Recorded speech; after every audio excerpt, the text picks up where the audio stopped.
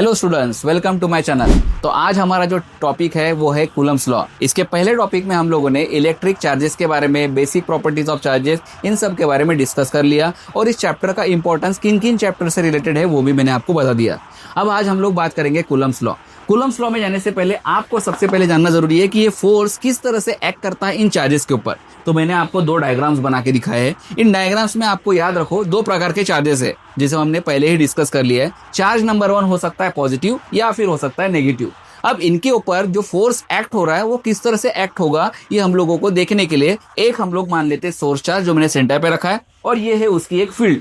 अब इस फील्ड के बारे में अभी आपको डिटेल इन्फॉर्मेशन नहीं बताने वाला। इस फील्ड के बारे में आपको अलग सा टॉपिक है। पहले सिर्फ इतना देख लो कि ये फोर्स एक्ट कैसे होता है। अब देखो, आपको यहाँ पे एक टेस्ट चार्ज रखना है सर्टेन दूरी पे। अब ये फील्ड है और उस फील्ड से सर्टेन दूरी पे आपने एक टेस्ट चार्ज रखा है। आपके टेक्स्ट बुक में टेस्ट चार्ज को सिर्फ और सिर्फ पॉजिटिव चार्ज रखना है। अब टेस्ट चार्ज हम लोग पॉजिटिव या नेगेटिव इसलिए नहीं रख सकते, अगर आपने टेस्ट चार्ज को भी अपने सोर्स चार्ज के हिसाब से चेंज करना शुरू कर दिया तो आप ये नहीं बता पाओगे कि कौन इसको अट्रैक्ट कर रहा है और कौन इसको रिपेल कर रहा है। इसी प्रॉब्लम का सॉल्यूशन करने के लिए आपके बुक में टेस्ट चार्ज को एज अ पॉजिटिव चार्ज रखा गया है। दूसरी चीज याद रखना ये है कि टेस्ट चार्ज की जो वैल्यू होगी वो ऑलमोस्ट नेग्लिजिबल होगी in compare to source charge. अगर आपने ऐसा नहीं किया तो प्रॉब्लम क्या आएगा पता है? प्रॉब्लम यह आएगा कि ये जो है टेस्ट चार्ज ये भी अपने एक इलेक्ट्रिक फील्ड बनाएगा और ये भी इसे आउटवर्ड फोर्स या इनवर्ड फोर्स लगाना शुरू कर देगा, जिस वजह से हम लोग ये नहीं पता कर पाएंगे कि ये सेंटर वाला जो हमने सोर्स चार्ज लिया है ये किस तरीके का फोर्स अप्लाई कर रहा है। इसी वजह से आपको ध्यान रखना है कि आपका जो टेस्ट चार्ज है उसकी वैल्यू ऑलमोस्ट न्यूनतम या फिर नेग्लिजिबल होनी चाहिए।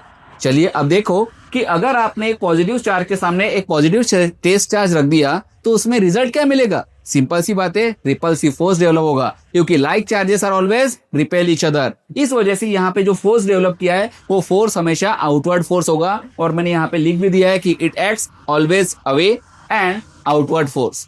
दूसरी चीज अगर याद रखने के लिए यह बात है कि अगर आपने सोर्स चार्ज अगर नेगेटिव लिया और एज इट इज आपका टेस्ट चार्ज पॉजिटिव रहा तो यहाँ पे जो फोर्स डेवलप होगा वो होगा इनवर्ड फोर्स, जिसे हम लोग बोलेंगे टूवर्ड्स।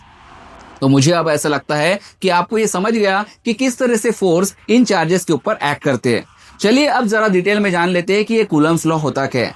मेरे ख्याल से आपने ग्रेविटेशनल फोर्स को पढ़ लिया होगा। ग्रेविटेशनल फोर्स में पढ़ते समय याद रखो कि न्यूटन्स ने जैसे कि ग्रेविटी के ऊपर वह जो फोर्स बनाया था जिसे हम लोग ग्रेविटेशनल फोर्स बोलते हैं, उस ग्रेविटेशनल फोर्स का जो फॉर्मूला था वो क्या था? F=G×m1m2/r²। अब जिस तरह से वहां पे हम लोगों ने m1 m2 लिया था उन्हीं m1 m2 को रिप्लेस करना है और यहाँ पे q1 q2 यानी दो डिफरेंट चार्जेस लेने हैं।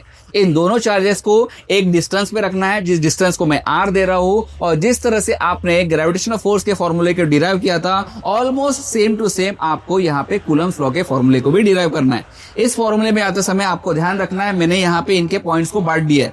पहला, फोर्स जो होगा डायरेक्टली प्रोपोर्शनल होगा product of two charges. In charges के प्रोडक्ट के ऊपर फोर्स जो होगा डायरेक्टली प्रोपोर्शनल होगा, जिसको रिप्रेजेंट करने के लिए मैं F directly proportional to Q1 and to Q2 ऐसा लिख सकता हूँ।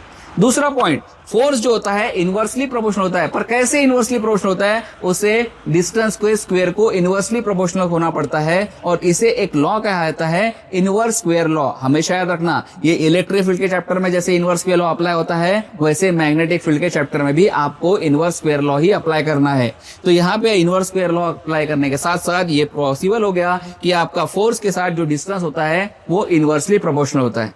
इन दोनों पॉइंट्स को अगर आप मिला देते हो तो आपको क्या मिलता है रिजल्ट? देखो, F=प्रोपोर्शनल Q1 Q2/r²।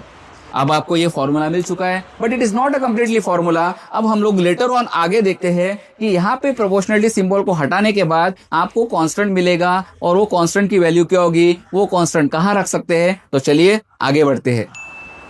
तो चलो अभी देख लेते हैं कि F=K×Q1 Q2/r²। आप देख रहे हैं कि यहाँ पे हमारा जो प्रोपोर्शनलिटी सिंबल था लास्ट इसमें, उस प्रोपोर्शनलिटी सिंबल को हटा के यहाँ पे कांस्टेंट आ गया, वो है K।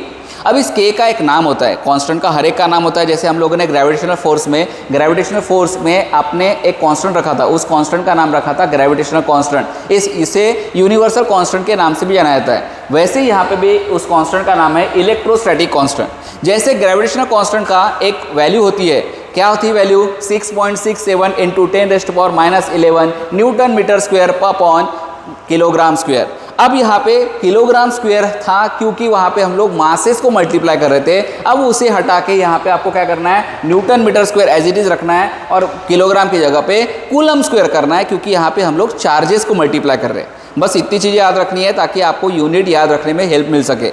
दूसरी बात, वहाँ पे आपका 6.6 बनता है तो यहाँ पे आपका 9 × 10⁹ ये वैल्यू है। साथ ही साथ जानने वाली बात यह है कि आप जो इलेक्ट्रोस्टैटिक कांस्टेंट लगाएंगे वो आपको किस जगह पे या किस मीडियम में करना है। तो आपका जो एक्सपेरिमेंट परफॉर्म होने वाला है वो एक स्पेस में परफॉर्म होगा, इसलिए यहाँ पे इलेक्ट्रोस्टैटिक कांस्टेंट का भी एक इंडिविजुअल फार्मूला बनता है जो मैंने लिखा हुआ है 1/4πε0। यहाँ पे इस ε0 का भी मतलब होता है जिसे हम लोग कहते हैं परमिटिविटी इन फ्री स्पेस, यानी सिर्फ वैक्यूम कंडीशन में ही ये सब हो सकता है। और इसकी भी एक वैल्यू होती है जो होती है 8.85 × 10⁻⁻12 coulomb square upon newton metre square, और जिसको हम लोग इस तरीके से फॉर्मुलेट कर सकते हैं। बताने के लिए एक और चीज़ मैं आपको बताना चाहता हूँ, वो चीज़ ये है कि कभी भी आप कोई टॉपिक पढ़ते हो तो प्लीज़ उसका डायमेंशन अगर कुछ आपको अलग लग रहा है तो प्लीज़ डायमेंशन को भी नोट डाउन करते हुए चलिए, क्योंकि ये डायमेंशन किसी भी कॉम्पिटिटिव एग्जाम्स में आपको पूछ सकते हैं। जैसे कि अगर आपको इलेक्ट्रोस्टैटिक कांस्टेंट का डायमेंशन अगर आया तो उसका डायमेंशन होता है m1 L3 T-4 A-2। और इसी तरह से अगर आपको किसी ने ε0 के डायमेंशन के बारे में पूछा तो उसका डायमेंशन होता है m-1 L-3 T4 और A2। देखने के लिए आपको ध्यान में अगर देखेंगे तो ये एक दूसरे को प्रोपोर्शनलिटी के हिसाब से अगर आप देखोगे तो K is inversely proportional to ε0, ऐसा होता है। तो ध्यान यही रखना है कि अगर आपने इसका डायमेंशन पढ़ लिया तो उसका उल्टा कर देना, तो आपको अपने आप ε0 के डायमेंशन को मिल जाएगा। और अब आगे बढ़ते हुए मैं आपको बताना चाहूँगा कि जो फोर्स है वो फोर्स क्या होता है। हर टॉपिक में एक चीज़ जो मैं आपको बता रहा हूँ कि वेक्टर, स्केलर, ये सब चीज़ें आपको रिवाइज करते हुए चलना है, क्योंकि किसी भी बात पे आपको न्यूमेरिकल या एमसीक्यू या पॉइंट पूछ सकते हैं। तो याद रखो, फोर्स एक स्केलर क्वांटिटी नहीं है, फोर्स एक वेक्टर क्वांटिटी है, क्योंकि इसकी एक डायरेक्शन होती है और इसका एक मैग्नीट्यूड भी होता है। दूसरी बात, आपको कभी कभी क्वेश्चन ऐसा भी आ सकता है कि आपको फोर्स का या फिर कूलम्स लॉ का वेक्टर फॉर्म क्या होता है। तो कूलम्स लॉ का वेक्टर फॉर्म आपको इस तरह से शो होता है, F के ऊपर आपको एरो देना है, K Q1 Q2/r² as it is जैसा का वैसा रखना है, और जो R है ये R आपका एक पोजीशन वेक्टर की तरह वर्क करेगा, जिसकी वजह से R ऐसा लिखना पड़ेगा। और यही R जो है वो आपको बताएगा कि ये जो हमारा फोर्स है वो वेक्टर फॉर्म में किस तरह से जा रहा है। क्योंकि ध्यान देने वाली बात है, इस फॉर्मूले में Q1 Q2 और K तो कांस्टेंट है और Q1 Q2 चार्ज है, और चार्ज की कोई दिशा होती नहीं है। तो आपको ये फोर्स किस तरह से वेक्टर फॉर्म है ऐसा पूछेगा तो उसके लिए एक ही चीज़ रिस्पॉन्सिबल है, और वो है ये हमारा position vector R। I hope, मुझे लगता है आपको मैंने जो आज का टॉपिक बताया है वो अच्छे से समझ गया होगा। तो हम लोग नेक्स्ट टॉपिक में जो बात करेंगे वो आपको सुपरपोजिशन प्रिंसिपल के बारे में बात करूंगा, और इलेक्ट्रिक फील्ड्स के बारे में कुछ प्रॉपर्टीज़ और कुछ उसके बेसिक कंसेप्ट्स के बारे में बात करते हुए मिलेगा। तो मिलते हैं अब नेक्स्ट वीडियो में।